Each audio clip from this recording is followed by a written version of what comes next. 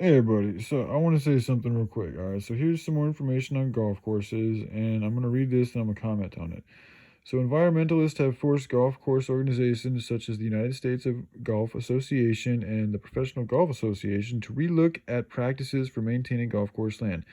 Together, these organizations and golf advocates are displaying the positive aspects golf course land can carry. In addition, they display the way golf courses are maintained in order to minimize their negative impact on the environment. Although golf course land may be wasteful and harmful, it is positive for the environment because this land provides a safe place for animals, keeps land green, and protects natural areas. Now, that last part right there, to me, is a bunch of bullshit, okay?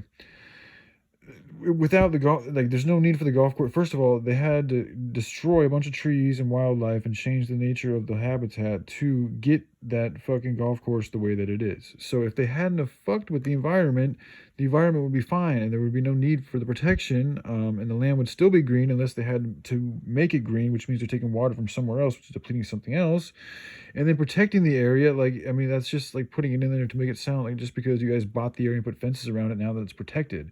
It's like, there's forests are fine. They don't need our protection if we just leave them the fuck alone. But we go in there and we want to fuck shit up. So anyway, let's continue on here.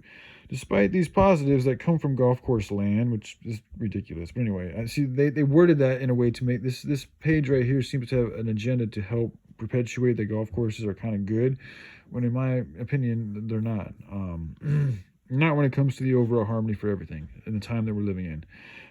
So anyway, despite these positives that come from golf course land, changes are still required to further counter the negatives that come from building and maintaining a golf course. Specifically, wildlife protection should be a priority for golf courses, as well as making sure that the wildlife have a habitable space to reside. But it's like, how are you going to do that if you've already cut down the trees that were initially there, and now those trees are fucking gone where the squirrels were living? I mean, they're gone. I mean, there's no way to fucking take that back. You can relocate them, but that's not protecting the habitable space. That's just removing them and relocating them without their permission and completely in their inconvenience, just so you guys can play a fucking game. There should be efforts to conserve water usage in conjunction with incentives for golf courses to use these conservation techniques in order to minimize their negative impact on the environment. That's just without saying.